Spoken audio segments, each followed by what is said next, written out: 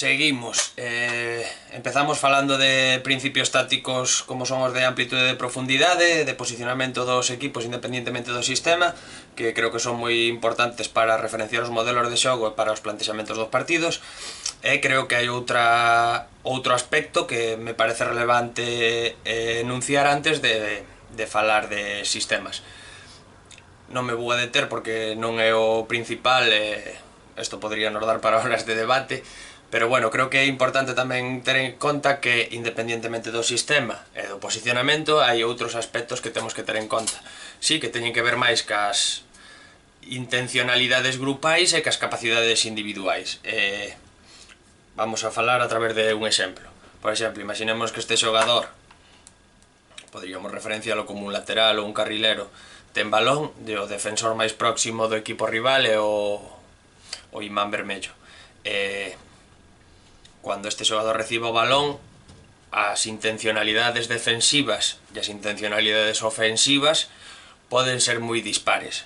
Tendrán que ver moito cas capacidades individuais, cos plantexamentos de partido que faga cada un dos adestradores, pero poden cambiar moito, é dicir, non é o mesmo que este xogador simplemente faga presencia ou faga orientacións, a actitude defensiva sea de contención, sí, podemos decir, que sea máis acosadora para provocar algo no rival, que sea con intención de roubar. Eso en cuanto a defensivo. En cuanto a xogador ofensivo, non é o mesmo que a súa finalidade sea a atracción de rival para xenerar espacios, que a súa intención sea ir a por par para fixar, a partir de aí decidir, que a súa intención sea progresar no xogo ou que a súa intención sexa circular o balón con seguridade, vale? As intencionalidades van a depender moito do plantexamento e a idea de xogo colectiva, pero tamén das capacidades individuais dos xogadores.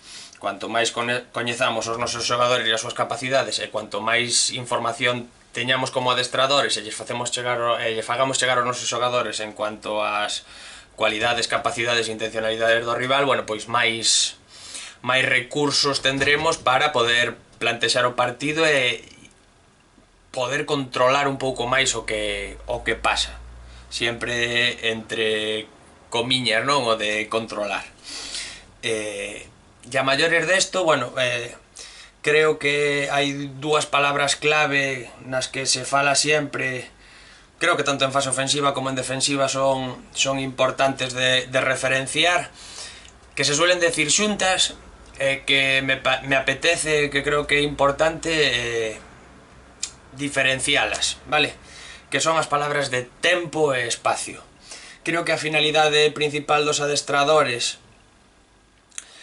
debería consistir siempre en fase ofensiva poder otorgarlles aos nosos xogadores que estas dúas palabras aparezcan, tempo e espacio, ou unha das dúas polo menos.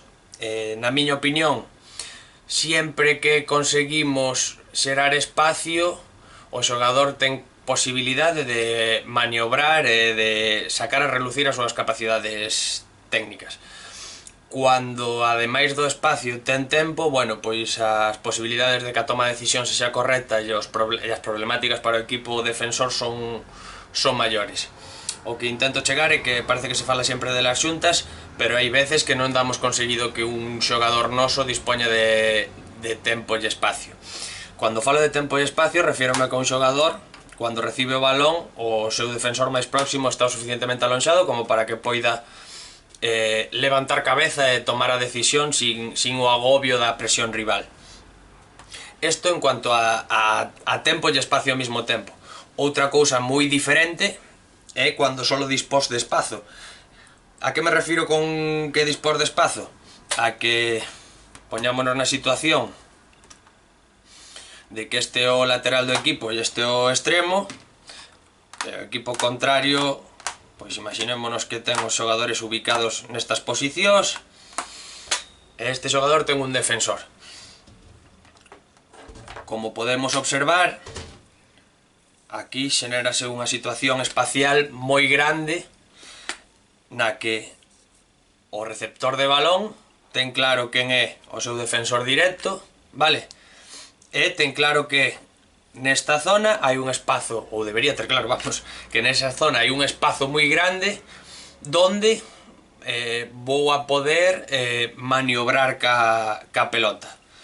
Si cando fago este movimento este xogador non me sigue, dispondrei de tempo e espacio para o seguinte paso na fase ofensiva. Si este xogador me sigue, o tempo non o dispoño porque teño un defensor cercano, pero sí que teño un gran espazo donde se vai a producir unha situación dun contra un e donde vou a poder sacar vantaxe si a miña toma de decisión e as miñas capacidades técnicas me permiten facelo. Entón, a intencionalidade dos adestradores debería ser sempre conseguir tempo e espacio, pero o comportamento do rival pode non permitirnos dispor das dúas cousas. O que sí que ten que ser capaz un adestrador é de conseguir situacións de espazo e ter en conta onde están as maiores capacidades técnicas individuais para que os xogadores con máis posibilidades neste aspecto dispoñan de espacios onde poder xerar ventaxas.